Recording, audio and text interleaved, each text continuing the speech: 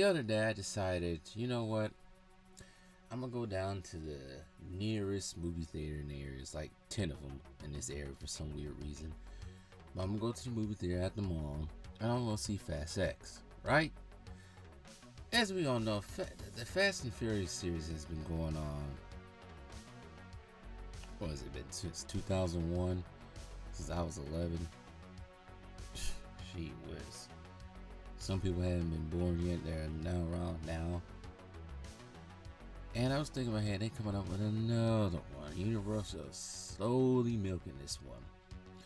And don't get me wrong, Universal has been releasing a lot of movies this year.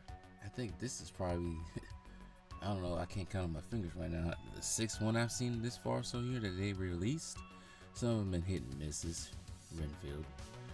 But some of them have been decent. But people are really on, I wouldn't say they're giving up on Fast and Furious, but I know they gotten tired of Fast and Furious series. They wondering when it's going to end. And me, myself, was wondering, when is it going to end?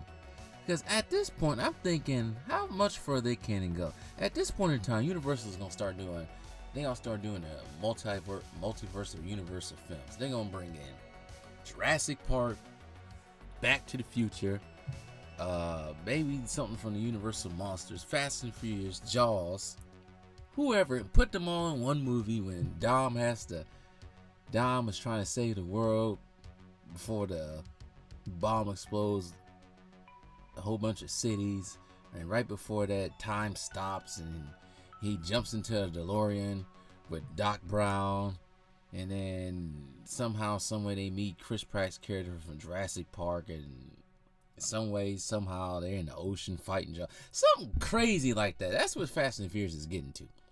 They already went to space in the previous film, but this one was a little bit more, not so much, I would say grounded, but a little bit more, less of the crazy side, even though there are some crazy stunts in this film, but less on the crazy side. And I had to give it up to Jason Momoa. We all know Jason Momoa is pretty much at this point in time been kicked out of position as Aquaman. They want him to be Lobo for some reason. James Gunn does. And don't get me wrong, this is a very James Gunn filled film, because it feels like it. Because a lot of people, I won't say a lot of people, but this, anyways, that doesn't matter. But I had to give it up to Jason Momoa for not being typecasted playing the same rough, tough character every time. This movie, because from the looks of the trailer, better pay attention to the trailers and commercials. From the looks of the trailer and commercial, the glimpse of it, the ones I saw that I barely paid attention to, it seemed like, I don't know, it didn't seem like the bad guy. But once you watch the movie, oh my goodness, I had to give it up to him. He did pretty well in this film. It wasn't that bad. And he kind of took over the show with all his, because he's kind of flamboyant, crazy, almost jokerish traps that he has for Dom, mainly just Dom, because it seemed like he was just going back and forth with Dom. And like everybody else in this film was just scattered. He had cameos from Jason Momoa, Helen Mirren, The Rock towards the end. So we're gonna see The Rock come back again. There's a special guest that showed up, but I ain't gonna say no names. You're gonna have to watch the movie for yourself. Charlize Theron, I wouldn't say she turned good, but now she's practically on their side. Just spoiler alert, practically on her side for reasons. But I don't want to get too much into this movie, because this one wasn't that bad. Because the other ones, the previous Fast and Furious, it just it's getting goofier and goofier. But this one was a little bit more stable. It was a little bit more emotional, because now Dom's son is old enough, not old enough, but old enough to know what's going on and being part of the plot of the story. You have a little heartwarming moments with John Cena's character, Dom's brother Jacob, and Dom's son. You got that going on. But yeah, pretty much the crew was with each other in the beginning of the movie, and then they just separate after a certain event happened in the movie. All of a sudden, you're getting different cameos in this movie as well. What's that one guy's name? I can't think of his name right now. What the frick is his name? He's dating Pete Davidson. He just shows up out of nowhere. You got Ludacris and Tyrese going at it as usual. Like I said, Jason Statham showed up for about 10 minutes, and then he took his bags and left. Literally took his bags and left. But I'm gonna go over the plot. So the plot, because I was already moaning already, because usually when it comes to Fast and Furious, they always go back. The newest bad guy shows up, but they always go back to when the newest bad guy wants to take revenge, and it's always in a different movie. So in this case, Jason Momoa's character is actually the son of the bad guy from Fast 5. I forgot the name, the drug dealer from Fast 5, I forgot his name. And he wants revenge basically because his dad was killed by Dom and the crew in Fast 5. So he's holding no punches, he's 10 steps ahead every minute. And the action is decent. It really is decent. It's a scene in the beginning, and I say at the beginning, but basically the beginning of the movie took place in London. Kind of remind me of The Dark Knight Rises towards the end of that. But I wouldn't say it's an amazing movie, but it was decent. I ain't gonna say it's the best movie of the year, but it was decent. It kept me entertained because the last film, I swear to God, what was it, Fast 9? Fast 9 did not keep me entertained. Just a bunch of goofy stuff going on in Fast 9.